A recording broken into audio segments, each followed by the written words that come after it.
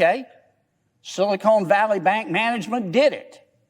It was like a rock, only dumber, but they did it. I mean, it was bone deep, down to the marrow, stupid. Now, let me say a word about Silicon Valley Bank. All the bank failures were an abomination, but I think Silicon Valley Bank is symptomatic of the problem among all three. SVB, as we call it, Silicon Valley Bank. First of all, Silicon Valley Bank was not broke. It was not an insolvency problem. It wasn't insolvent. Silicon Valley Bank had a liquidity problem. I mean, here's what happened. Silicon Valley Bank took in a whole bunch of deposits on which they were paying an interest rate.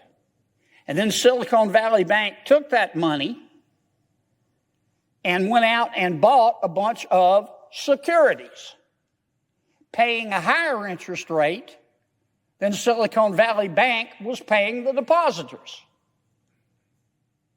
You say, that's pretty smart. There's just one problem. The securities that Silicon Valley Bank bought were very sensitive to interest rates.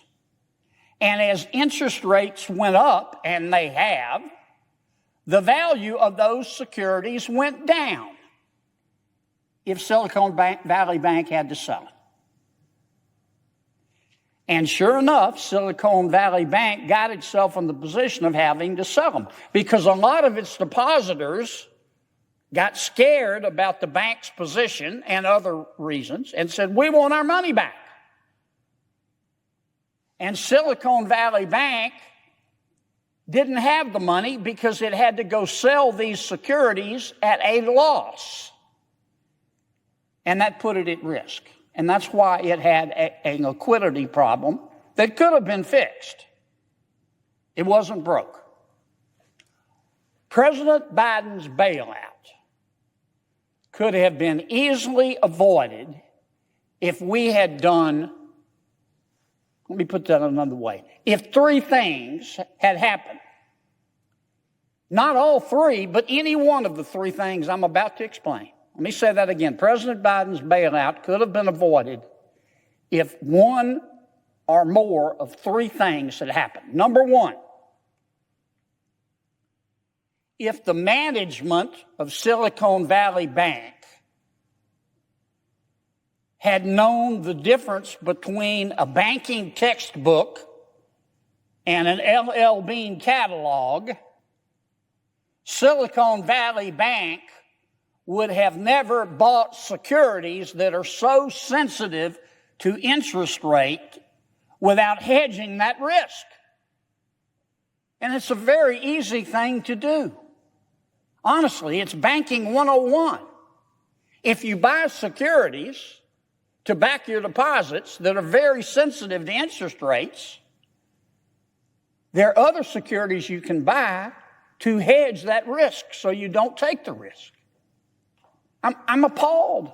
The bankers at Silicon Valley Bank didn't do it. I mean, it was bone deep, down to the marrow, stupid.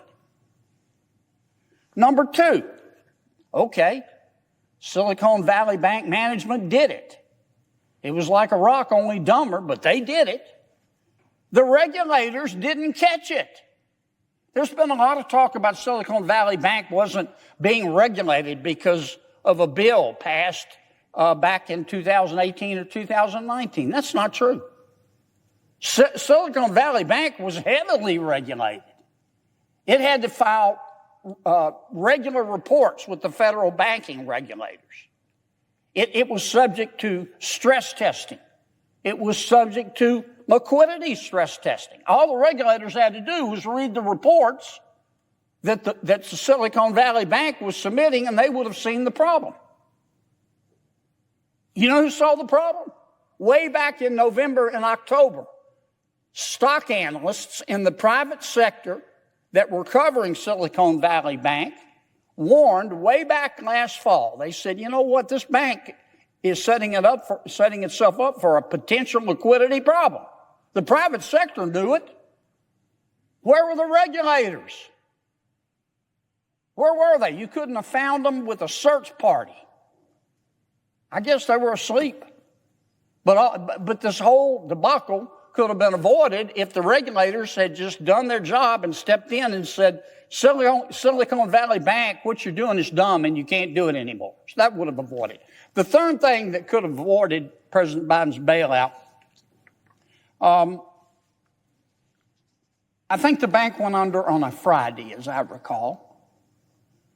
The Federal Reserve, the Secretary of Treasury, the head of the FDIC, and all the other regulators allowed the bank to go under. Instead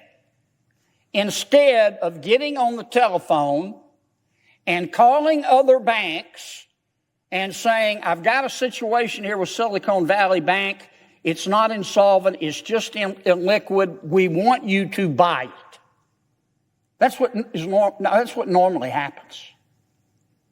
And that's all the regulators had to do. Now, why didn't they do that? There's been a lot of talk about, well, they had an auction for the bank and nobody wanted it. That's not true. There were buyers. But the problem was that the people at the FDIC do not like bank mergers. Some bank mergers make sense. Some bank mergers don't make sense. In this case, it would have made extraordinary sense. And so the folks at the FDIC stalled and restalled, and then we had mass panic. Think back to the bailouts in 08 and 09.